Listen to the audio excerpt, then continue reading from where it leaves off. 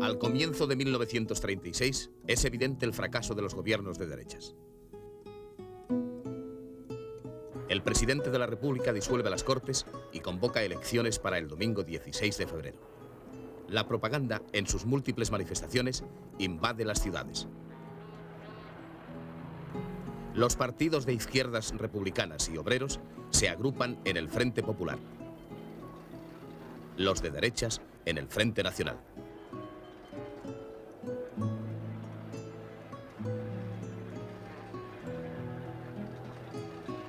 También existe un centro débil compuesto por varios partidos minoritarios.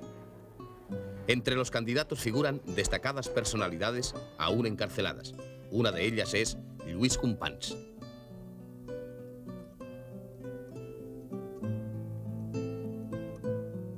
Dolores Ibárruri, la pasionaria, figura en la candidatura por Oviedo del Frente Popular. Tras un mitin electoral, miembros de las Juventudes Comunistas, uniformados, recorren las calles ovetenses.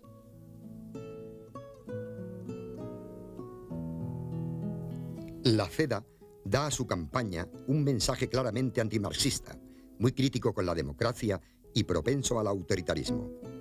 La izquierda la contrarresta con cartelones satíricos que atacan por igual a Lerroux y a Gil Robles. La campaña electoral tiene una técnica muy moderna, en la que se movilizan todos los medios de comunicación de masas. A menudo, los mítines de uno y otro signo transcurren en un clima de crispación.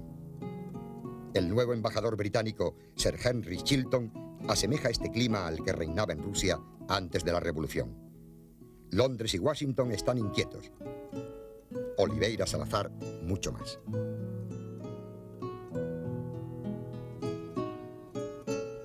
El 16 de febrero de 1936 se celebran los comicios.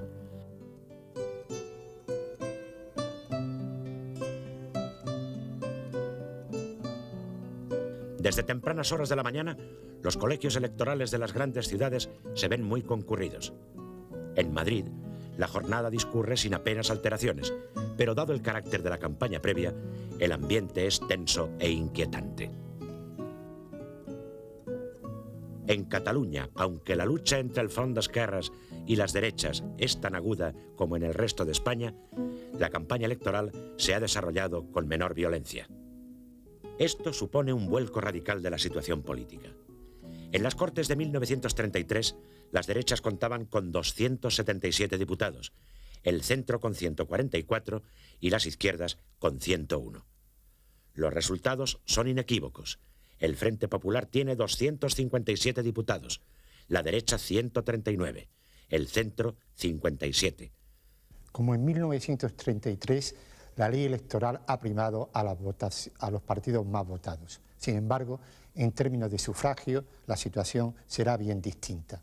En tanto que 4.600.000 electores otorgan su confianza a los partidos triunfantes, a la coalición de izquierdas, 4,5 millones manifestarán su confianza a las opciones conservadoras y 500.000 a las centristas. Puestos a explicar este viraje con relación a las elecciones de 1933, la mayor parte de los estudiosos creen encontrar la causa de ello en la consigna de los dirigentes anarcosindicalistas de votar a sus afiliados, por cuanto un triunfo de las candidaturas de izquierda supondría una amnistía que a su vez implicaría la liberación de un gran número de sus militantes encarcelados a consecuencia de la sublevación de octubre de 1934.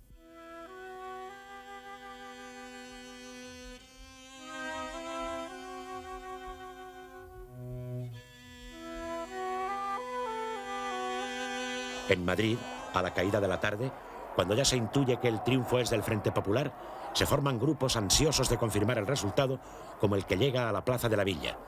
El antiguo alcalde republicano Pedro Rico lo saluda desde el balcón del ayuntamiento.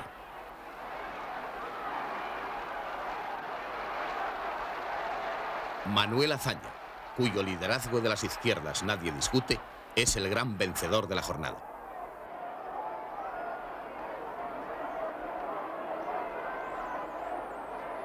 El máximo perdedor es José María Gil Robles, quien hace diversas gestiones para que se declare el estado de guerra sin conseguirlo. Al alba del 17, el general Fanjul intenta, sin éxito, que las fuerzas del madrileño cuartel de la Montaña se pronuncien contra el resultado de las urnas. El general Franco, por su parte, maniobra para que se empleen medios extraordinarios para evitar, afirma, que la masa no rebase. Las manifestaciones de júbilo por el triunfo del Frente Popular se suceden en toda España. Unánimemente se reclama la inmediata liberación de los presos políticos. El general Franco visita a Portela Valladares. En su calidad de jefe de Estado Mayor, le apremia para que declare el estado de guerra, medida que pondría el poder en manos de los militares. Portela se niega. También rechaza las presiones que en el mismo sentido le hace Calvo Sotelo, líder de Renovación Española, y en vista de los desórdenes que se producen continuamente, le pide que imponga un régimen de fuerza y ataje la revolución. Los generales Franco, Godet y Rodríguez del Barrio sondean a las guarniciones, pero éstas se manifiestan reacias a sublevarse. Ante las denuncias de los generales republicanos Sebastián Pozas y Miguel Núñez de Prado, el gobierno toma precauciones, hace vigilar a los militares más significados y decreta el estado de alarma durante 8 días. Portela, desbordado, dimite el 19 de febrero. 3 horas más tarde, el presidente de la República confiere el poder a Manuel Azaña.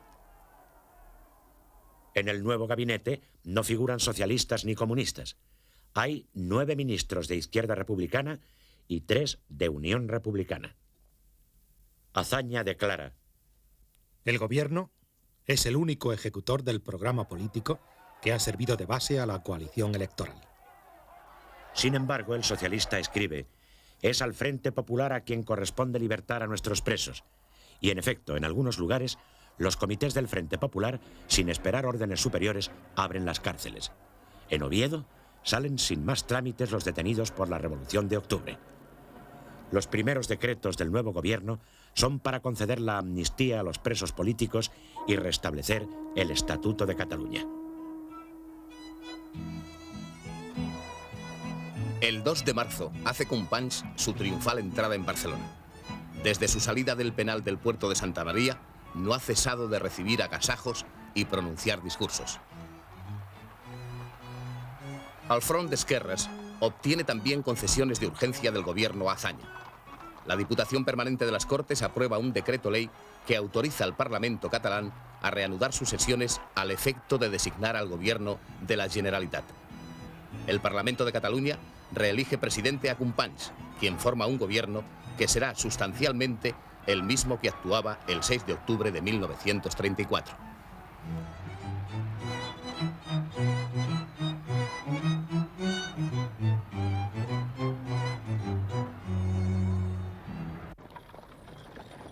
La escena internacional se encrespa. El 7 de marzo, el ejército alemán cruza el Rin y ocupa su orilla izquierda, que había quedado desmilitarizada por el Tratado de Versalles. Es un desafío de Hitler a Francia. Horas después, ante un parlamento enardecido, el Führer proclama hipócritamente: no tenemos más reclamaciones territoriales en Europa. Alemania nunca romperá la paz.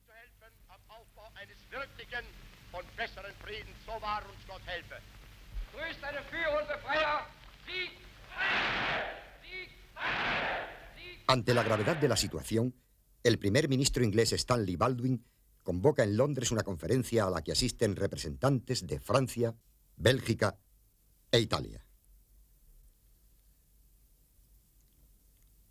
De esta reunión apenas si sale un vago acuerdo de protesta contra la agresión alemana, aunque Francia moviliza sus tropas, reforzando sus guarniciones en la frontera con Alemania.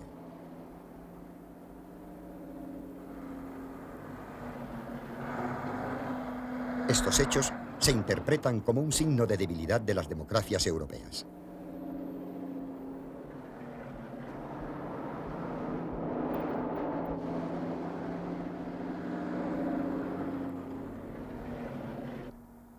La prensa española satiriza los fracasos de la Sociedad de Naciones. Los diplomáticos norteamericanos en Madrid temen, mientras tanto, que el Kremlin acentúe su influencia en España. El triunfo del Frente Popular suscita grandes esperanzas en los campesinos. Los yunteros de Extremadura, expulsados en 1935 de las tierras que trabajaban en usufructo, son autorizados a explotarlas de nuevo. Pero los campesinos se impacientan y antes de que se cumplan los trámites legales, toman por la fuerza lo que la ley les promete. Sin esperar a más, 60.000 jornaleros ocupan 3.000 fincas en Extremadura. El gobierno legaliza las ocupaciones y adopta nuevas medidas que irritan y atemorizan a los propietarios y contribuyen a radicalizar su actitud frente a la República. Otra cuestión que aborda el gobierno Azaña, nada más tomar posesión, es la de combinar los mandos militares para situar en destinos secundarios a quienes no merecen su confianza. El 21 de febrero cesa a Franco como jefe del Estado Mayor y se le nombra comandante militar de Canarias. Al despedirse de Alcalá Zamora y de Azaña, les previene sobre el peligro de una revolución comunista.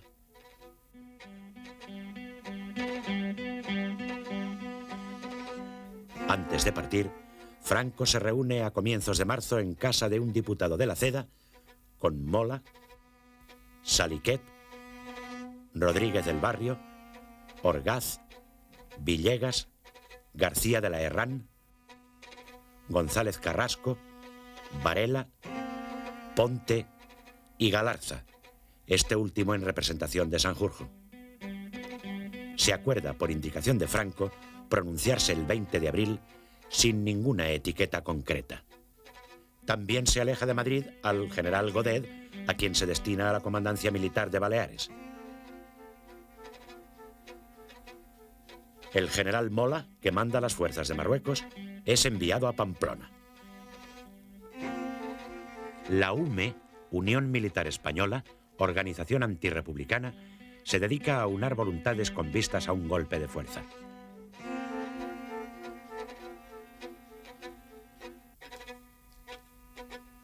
Sin embargo, hay otros focos de conspiración. En Navarra, los carlistas han comenzado a recibir instrucción militar desde 1933. Incluso envían varias expediciones de jóvenes a Italia. Importan armas por Portugal y montan rudimentarias fábricas de granadas de mano. También improvisan modestos campos de entrenamiento e instrucción. Cuentan con las Margaritas, que confeccionan uniformes, banderas y guiones. Aunque de modo fragmentario, el gobierno va teniendo conocimiento de algunas de estas actividades. El ministro de la Guerra, general Carlos Masquelet, recibe informes de la Unión Militar Republicana Antifascista, organización privada de militares partidarios del Frente Popular. Otra preocupación del gobierno Azaña es el deterioro del orden público. Desde poco después de las elecciones, se ha agravado la ola de pistolerismo callejero. El 12 de marzo, en una refriega con jóvenes socialistas, mueren un estudiante falangista y otro tradicionalista. Al día siguiente, grupos de izquierdas asaltan e incendian el diario La Nación, antiguo órgano oficioso del dictador Primo de Rivera. La misma suerte corre el diario Ideal de Granada, de línea marcadamente católica. No son los únicos incendios. En varias ciudades españolas arden cafés, teatros, escuelas, iglesias. Grupos derechistas, por su parte, atacan el domicilio de Largo Caballero y la casa de Eduardo Ortega y Gasset. El 13 de marzo, unos falangistas atentan en Madrid contra el catedrático de Derecho Penal y diputado socialista Luis Jiménez de Asúa, quien resulta ileso. Las balas hieren de muerte al policía de su escolta, Jesús Gisbert. Al entierro asisten numerosas personalidades republicanas.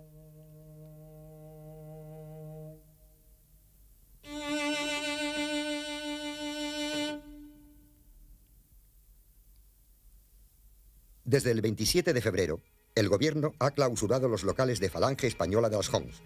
Su jefe, José Antonio Primo de Rivera, es detenido el 14 de marzo, en unión de la Junta Política del partido.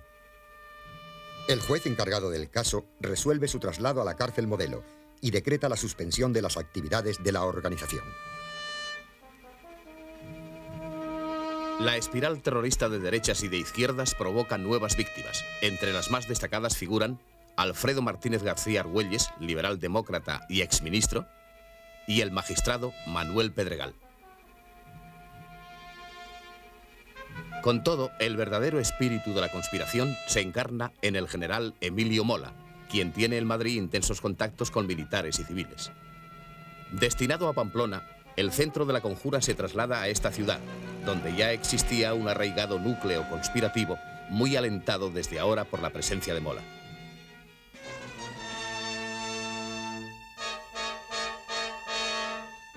El general Juan García Gómez Caminero, tras una visita de inspección, sugiere al ministro de la Guerra la conveniencia de relevar al conspirador, pero este es mantenido en su puesto.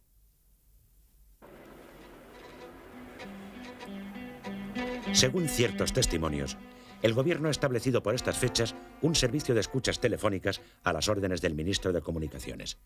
Se intervienen las llamadas de distinguidos miembros de la oposición.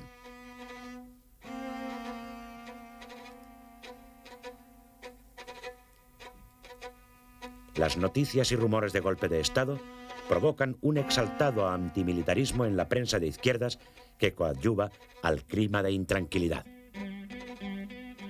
El ministro de la Guerra desmiente los rumores de golpe y el 19 de marzo afirma en un comunicado que los militares se mantienen dentro de los límites de la más estricta disciplina.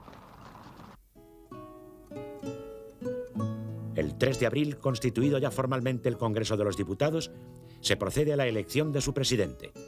Obtiene el cargo Diego Martínez Barrio, republicano de raíces históricas y de orientación templada. El presidente de la República, Niceto Alcalá Zamora, quien ha intentado una política de centro, no ha satisfecho durante su mandato ni a las derechas ni a las izquierdas, y es criticado por ambos bandos por su excesivo personalismo. El propio Azaña no recata su desdén hacia el presidente. En este ambiente adverso a Alcalá Zamora, la minoría socialista promueve una acción orientada a sustituirle.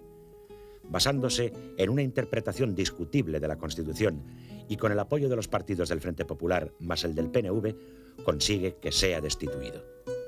En la votación, las derechas se abstienen y abandonan el hemiciclo con el fin de que la responsabilidad recaiga exclusivamente en los promotores de la excepcional iniciativa, que triunfa por amplio margen. Es el 7 de abril de 1936. Corresponde asumir provisionalmente la presidencia de la República a Diego Martínez Barrio, por ostentar la de las Cortes. Una semana después de la destitución de Alcalá Zamora, se conmemora el 14 de abril con un desfile militar en el madrileño Paseo de la Castellana.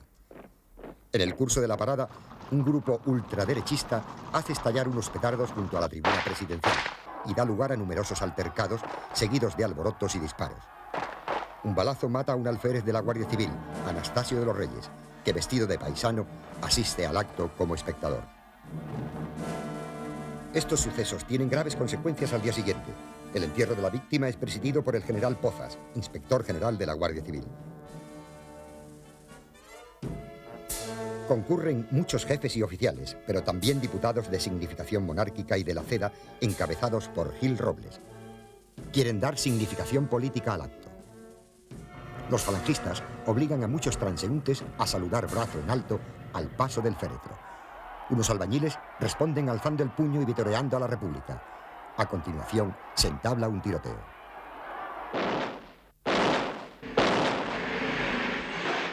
El cortejo sigue un largo recorrido que no se ajusta al señalado por la Dirección General de Seguridad. Durante el itinerario menudean las provocaciones, los choques y los enfrentamientos, con el fatal resultado de 5 muertos y numerosos heridos. Cae el falangista Sáez de Heredia, familiar de Primo de Rivera, al enfrentarse con una sección de guardias de asalto que manda el teniente José del Castillo. Tan trágicos acontecimientos expresan el clima de violencia que impera en la primavera de 1936. Reflejan la honda fractura que va produciéndose en parte de la sociedad española dividida en dos bandos cada vez más inconciliables. Al día siguiente, la CNT declara una huelga general de 24 horas protestando por lo ocurrido, pese a las garantías del gobierno de castigar a los culpables. Aunque no le secundan las demás organizaciones obreras, los cenetistas consiguen paralizar la vida en Madrid.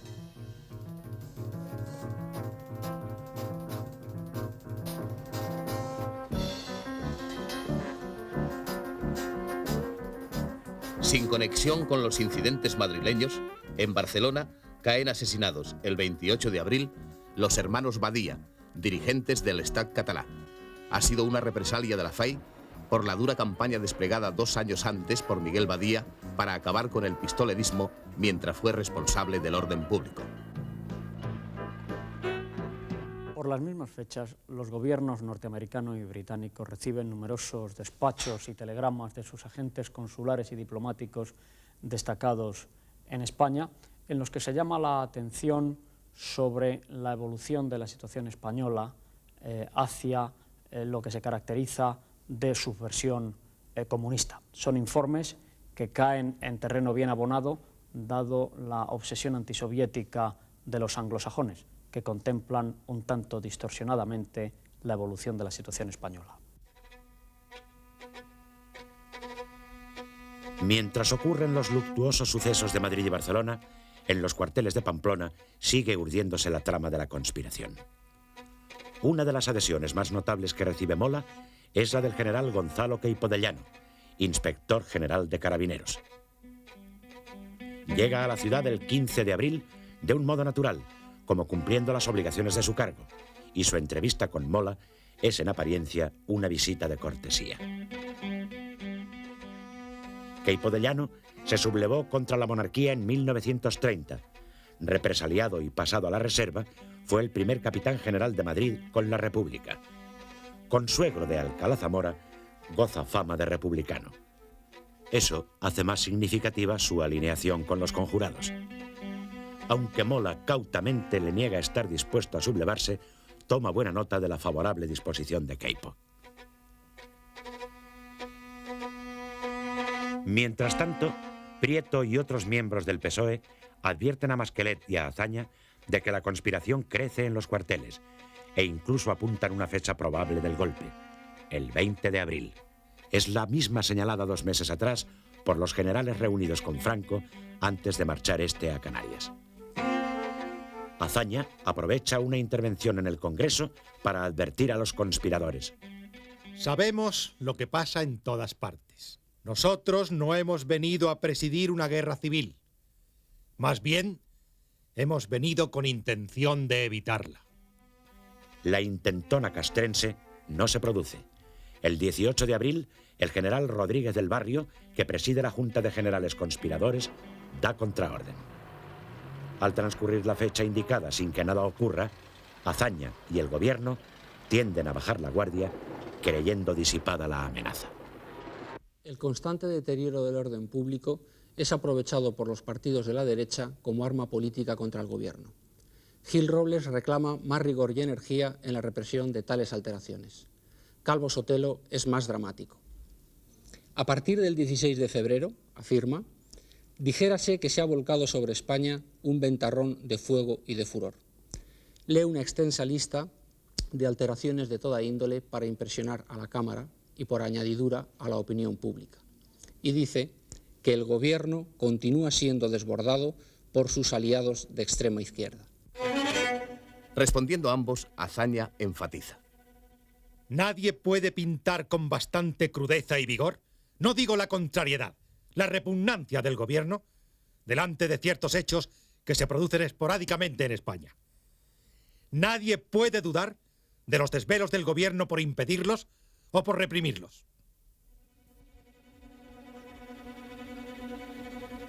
En un discurso pronunciado en Cuenca, el dirigente socialista Indalecio Prieto insiste rotundamente en el daño que causa a la República los desórdenes callejeros y señala al general Franco como el más dotado para encabezar un posible pronunciamiento. No justifica los desmanes, pero los explica como una consecuencia de la represión de octubre. Lúcidamente Prieto alerta. La convulsión revolucionaria, con un resultado u otro, la puede soportar un país. Lo que no puede soportar es la sangría constante del desorden público, sin finalidad inmediata. Lo que no soporta una nación es el desgaste de su poder público y de su propia vitalidad económica, manteniendo el desasosiego, la zozobra y la intranquilidad. Mientras tanto, el Partido Nacionalista Vasco, que ha ido distanciándose de los tradicionalistas y del resto de la derecha, bajo la dirección de sus jóvenes líderes, José Antonio Aguirre y Manuel Irujo, ha tejido relaciones de cooperación con Esquerra Republicana de Cataluña y con los socialistas. Ello le permite aproximarse al gobierno, presentando en las Cortes su proyecto de estatuto. Prieto lo defiende. Calvo Sotelo lo ataca tildándolo de separatista. Pero a finales de junio, casi la totalidad de los artículos del proyecto están aprobados en comisión.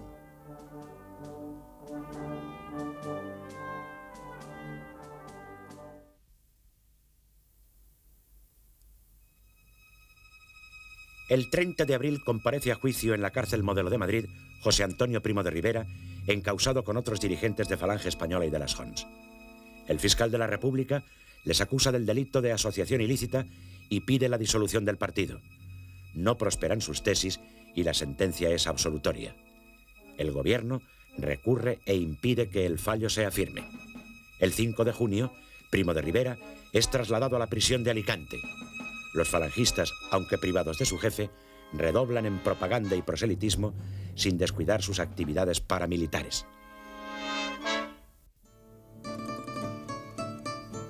En la extrema izquierda, los anarcosindicalistas se reorganizan y unifican.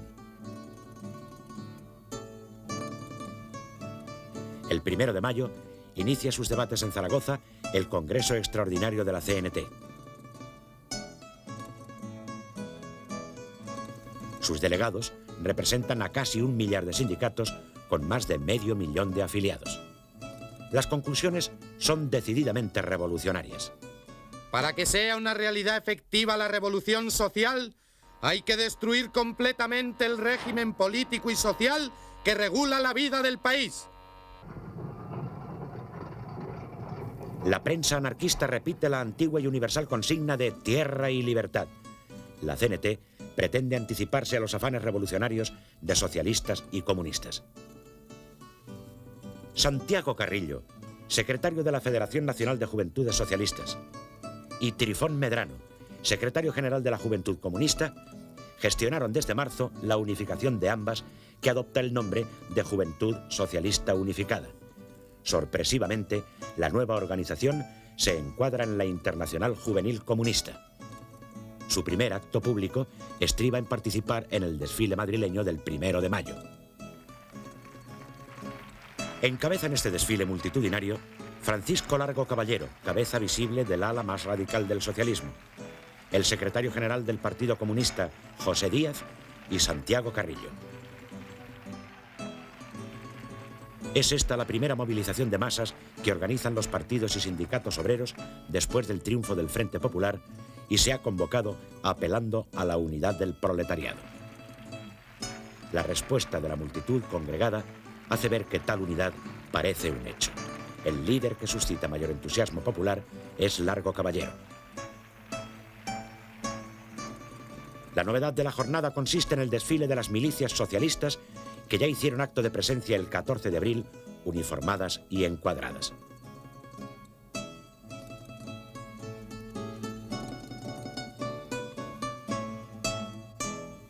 Concluye el acto en perfecto orden y la manifestación se autodisuelve sin el más leve incidente.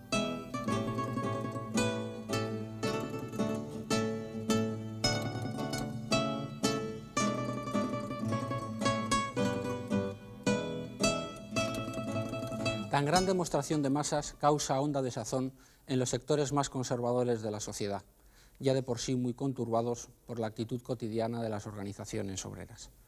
Los gritos, las consignas, la presencia de elementos armados y el nutrido gentío que se congrega en las calles es utilizado por la prensa y los sectores derechistas como anuncio de una revolución inminente. Los núcleos conspiradores tanto civiles como militares, aprovechan este clima creado tras la manifestación del 1 de mayo para dar un nuevo impulso a la conspiración. Sus sectores más extremistas piensan incluso en emprender inmediatas acciones de castigo. Una semana más tarde, el capitán de ingenieros Carlos Faraudo, instructor de las milicias socialistas, es asesinado por falangistas. En su entierro, el teniente coronel Julio Mangada, significado miembro de la Unión Militar Republicana y Antifascista, exige del gobierno más energía en la represión de las provocaciones fascistas y reaccionarias. En la primavera de 1936, muchos españoles de talante moderado viven angustiados al ver amenazada la paz social por el enfrentamiento de los intransigentes de todo signo. Observan con temor el deterioro del sistema político y van haciéndose receptivos a soluciones de fuerza que restablezcan el orden como principio esencial e irrenunciable de la convivencia.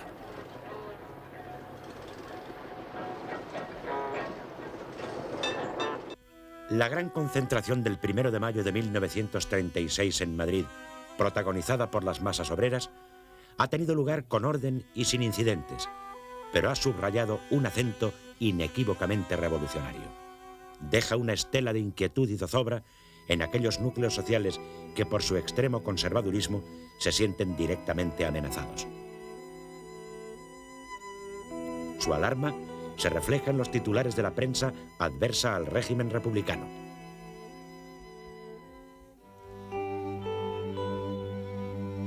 A su vez, los periódicos más izquierdistas califican el 1 de mayo de paso adelante, decisivo en el camino de la revolución. Los temores británicos y norteamericanos por la seguridad de sus inversiones en España se acrecientan. Ello da pie a los enemigos de la República para pregonar que ésta ha sido desbordada por su izquierda de modo irreversible y que es urgente atajar el peligro. Cuantos conspiran contra el sistema democrático redoblan sus actividades y repiten con insistencia que la única solución posible es un golpe militar. El 4 de mayo, José Antonio Primo de Rivera redacta desde la cárcel su carta a un militar español en la que afirma que, ante la invasión de los bárbaros, no es admisible postular la indiferencia de los militares por la política. Exhorta al ejército a no quedarse en sus cuarteles y declara: ha sonado la hora. Pide a los jefes y oficiales que juren por su honor no dejar sin respuesta el toque de guerra que se avecina. Entre el 4 y el 11 de mayo, la escuadra realiza maniobras en las aguas canarias.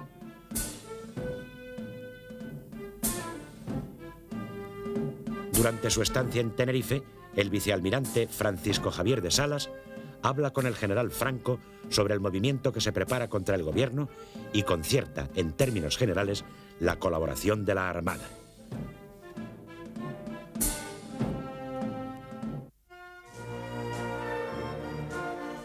Las noticias que llegan de Francia intranquilizan a la derecha española. Las elecciones del 3 de mayo, al igual que las de febrero en España, enfrentan dos bandos antagónicos, fascismo y antifascismo. Son una arrolladora victoria para el Frente Popular, presidido por el líder socialista Léon Blum. Los comunistas han contribuido al triunfo. No obstante, Maurice Thoré, su secretario general, anuncia que no pretenden entrar en el gabinete, aunque lo sostendrán con sus votos en el Parlamento. El 10 de mayo de 1936 se elige al nuevo presidente de la República. Como se esperaba, gana la votación Azaña, único candidato en el que se han puesto de acuerdo los partidos componentes del Frente Popular. Votan también a su favor la Lliga Catalana, los lerrouxistas, el PNV y otros grupos del centro y moderados. La CEDA lo hace en blanco. La extrema derecha se abstiene. Al día siguiente, el nuevo presidente jura el cargo ante las Cortes.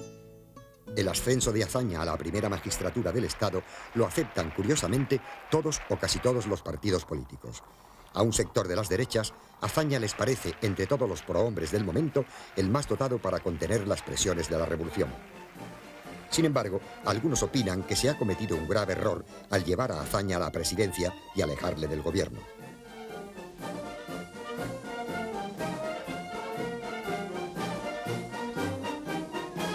El máximo dignatario de la República carece, en efecto, de facultades ejecutivas. Indalecio Prieto recibe el encargo de formar gobierno, noticia que provoca la satisfacción general, dado el prestigio político del diputado por Bilbao. Muchos creen que un gabinete presidido por Prieto será más enérgico que otro compuesto simplemente por republicanos, sin por ello perder la moderación. Se piensa que al compartir los socialistas la responsabilidad gubernamental, se verán obligados a refrenar su ala revolucionaria, cuya presión sería agobiante para un gobierno republicano homogéneo. Pero el grupo parlamentario socialista, donde Largo Caballero tiene mayoría, se opone a que Prieto acepte la misión encomendada, y éste ha de renunciar el encargo.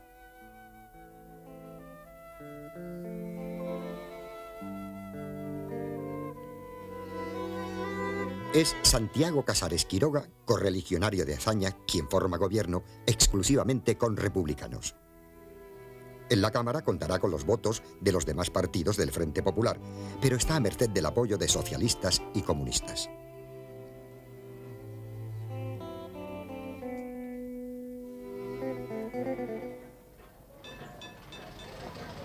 El 20 de mayo se alteran los planes de la conspiración. El general Rodríguez del Barrio se aparta de ella por encontrarse gravemente enfermo. Queda entonces Mola como cerebro indiscutible. Una junta de generales confirma a Sanjurjo como suprema autoridad de la sublevación.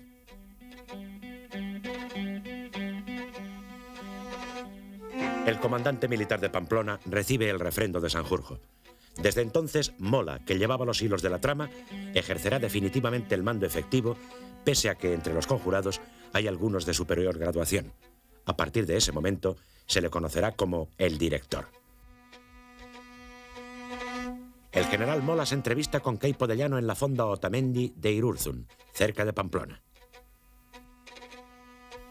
Desaparecen los recelos anteriores y Queipo de Llano se adhiere sin reservas a la conspiración. Mola no le oculta la preocupación que le inspira la actitud del general Miguel Cabanellas, jefe de la guarnición aragonesa con fama de masón y exdiputado lerrousista. Queipo se compromete a incorporarle a la conspiración. Mola se reúne con Cabanellas en un lugar de la carretera Pamplona-Zaragoza, próximo a Murillo de las Limas, y obtiene una promesa de ayuda. La adhesión de Cabanellas será decisiva, pues facilitará a Mola el suficiente armamento y munición para que éste se alce.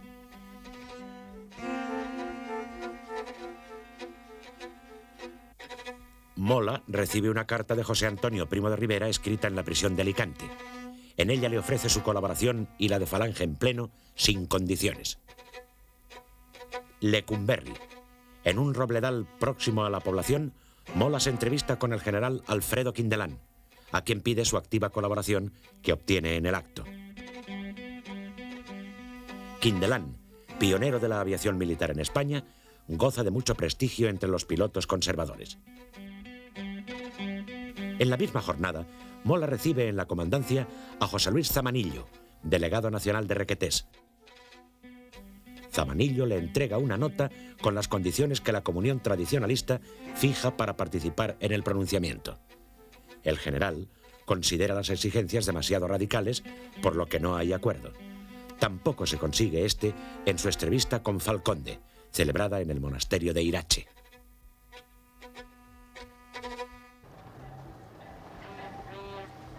Mientras tanto, el presidente del gobierno, Casares Quiroga, releva al general Masquelet como ministro de la guerra y asume su puesto. Es un síntoma de que, barruntando el alcance de la conjura, ha decidido ocuparse por sí mismo de los asuntos castrenses. El 16 de junio, las Cortes viven una sesión dramática cuando la oposición plantea un debate sobre el orden público.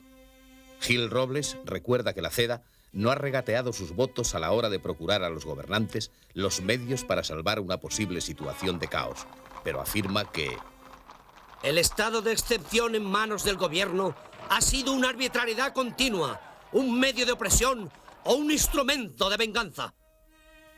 Intenta probar su aserto manejando con habilidad las estadísticas y denunciando un sinfín de huelgas, asesinatos, incendios de templos, petardos, asaltos de locales, alborotos e incluso simples delitos comunes.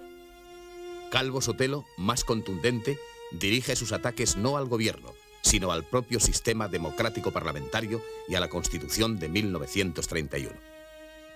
No creo que exista actualmente en el ejército español, cualesquiera que sean las ideas políticas individuales que la Constitución respeta, un solo militar dispuesto a sublevarse en favor de la monarquía y en contra de la República.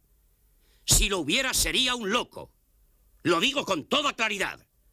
Aunque también sería loco el militar que al frente de su destino no estuviera dispuesto a sublevarse en favor de España y en contra de la anarquía si ésta se produjera. Calvo Sotelo es reiteradamente interrumpido por las protestas de los parlamentarios de la izquierda. El debate se desarrolla en un clima de gran tensión. Casares Quiroga responde a Calvo Sotelo. Le advierte del alcance subversivo de sus palabras. Después de lo que ha dicho su señoría hoy ante el Parlamento, de cualquier cosa que pudiera ocurrir, que no ocurrirá, le haré responsable ante el país. A Gil Robles le recuerda que quienes arremeten contra el gobierno son los mismos que durante 2 años han vejado, perseguido y encarcelado, creando un fondo de odio en las masas populares. Entre otros diputados interviene Dolores Ibárruri, la pasionaria. Recogiendo lo dicho por Casares Quiroga, manifiesta: para evitar el estado de desasosiego que existe en España, no solamente hay que hacer responsable de lo que pueda ocurrir a un señor Calvo Sotelo cualquiera, sino que hay que comenzar por encarcelar a los patronos que se niegan a aceptar los laudos del gobierno, a los terratenientes que hambrean a los campesinos, a los que con cinismo sin igual, llenos de sangre de la represión de octubre, vienen aquí a exigir responsabilidades por lo que no se ha hecho. En respuesta a Casares Quiroga, dice Calvo Sotelo: acepto con gusto y no desdeño ninguna de las responsabilidades que se puedan derivar de actos que yo realice. Y las responsabilidades ajenas, si son para bien y gloria de España, las acepto también.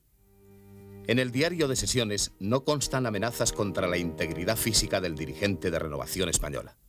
Sin embargo, Calvo Sotelo, al hilo del ardor de su discurso, pronuncia una frase que hace leyenda.